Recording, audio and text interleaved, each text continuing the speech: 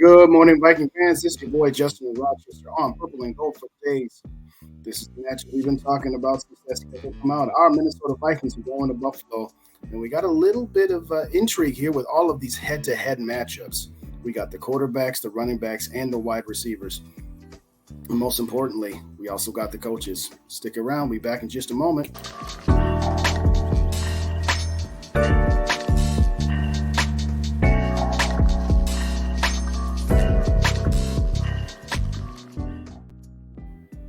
Now, we all know when the schedule came out, we had this one chalked up as one was probably going to lose. And I tell you what, at the time, there was no shame in that. The Buffalo Bills are the Super Bowl contenders. They're still the best overall team in the NFL when healthy, in my opinion. And at the end of the day, on the road, this was always going to be a tough task. But it's not always who you play, but when you play them. And right now, the Vikings have that horseshoe. They've got very few injuries. Yeah, we got Cameron Dantzler out most likely. Dalvin Tomlinson out most likely, but by and large, this has been the healthiest team in the NFL. And as we have all heard, we got this whole Josh Allen situation where will he play or won't he play? We'll get to that shortly.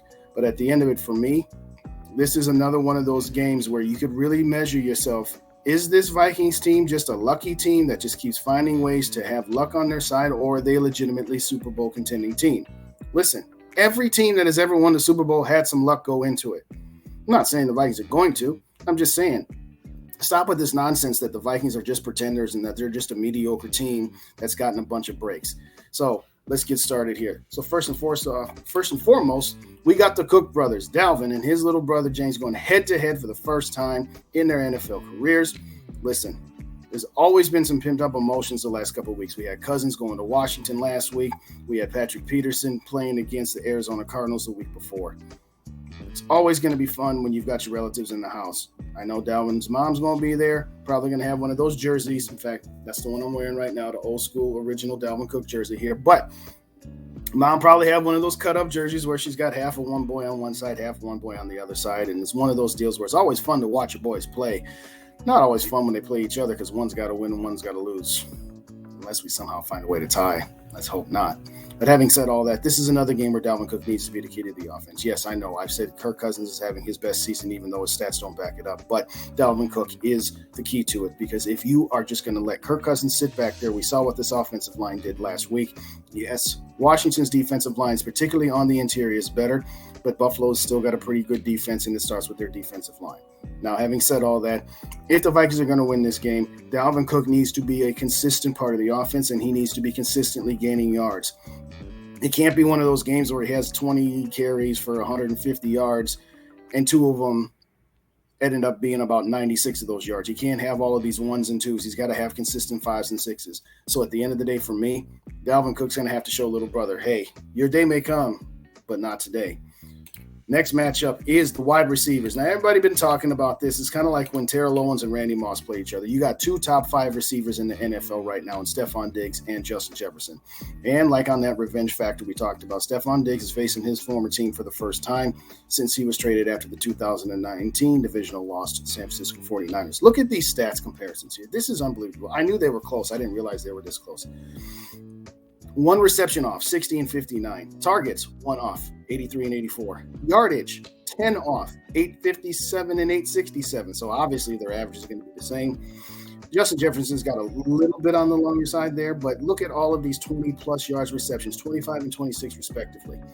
I'd say that's a pretty dead heat to me. The only area that Stephon has JJ is touchdowns. Now, I'm going to put the running stats up there, too, to say, hey, let's not forget that Justin Jefferson's also got a tutty via the run game. But having said that, Stephon Diggs has almost double the amount of touchdowns. Listen, for the Vikings to be successful in this game, it can't just be forcing the ball to Justin Jefferson, but you still need to keep him involved, because at the end of the day, both of these guys, who from all accounts have a ton of respect for each other, and usually that is the case. I mean, game does respect game.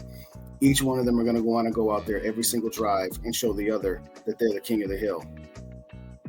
I'm not going to sit here and get into an argument about who's better. The bottom line is they're both outstanding. And the bottom line is, if only there was a way that maybe the owners could have seen that maybe a coaching and regime change was necessary after 2019, and maybe we could have kept Steph, and guess what? Still could have got JJ too. Think about Steph, JJ, and Thielen for the last 2.5 years. But I digress. Bottom line is this.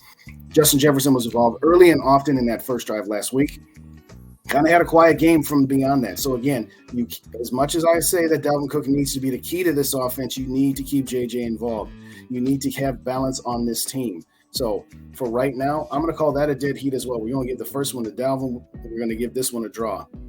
Having said that, the quarterbacks. It doesn't matter who starts, whether it's Josh Allen or Case Keenum. And for my money, if I had to bet right now, I'm going to say it's going to be Case Keenum. But at the end of the day, I don't care.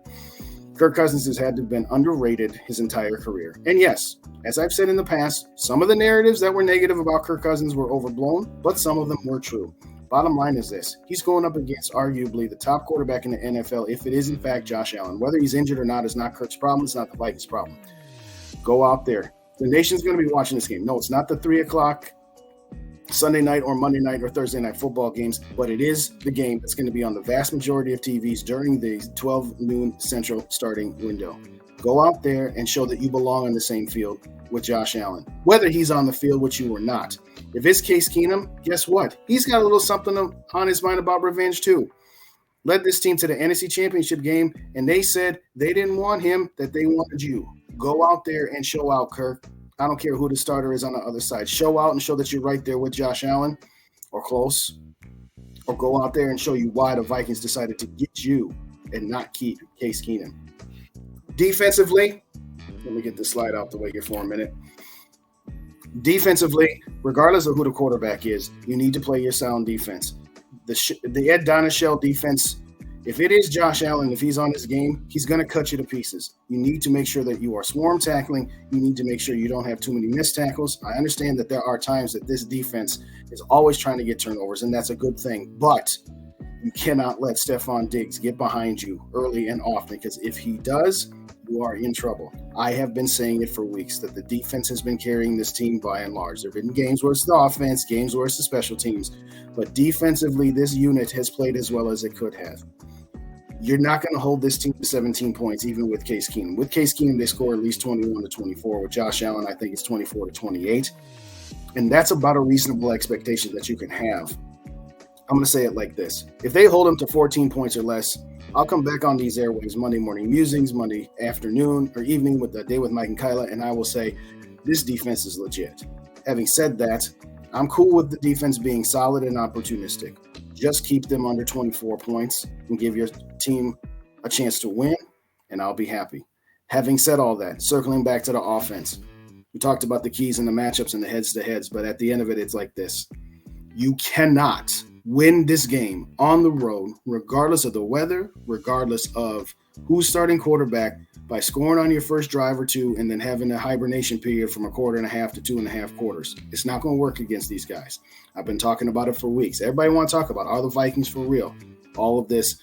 Well, they're this record and this record. They're 4-1, they're 6-1, they're 7-1, but they haven't faced anybody, or they keep getting lucky.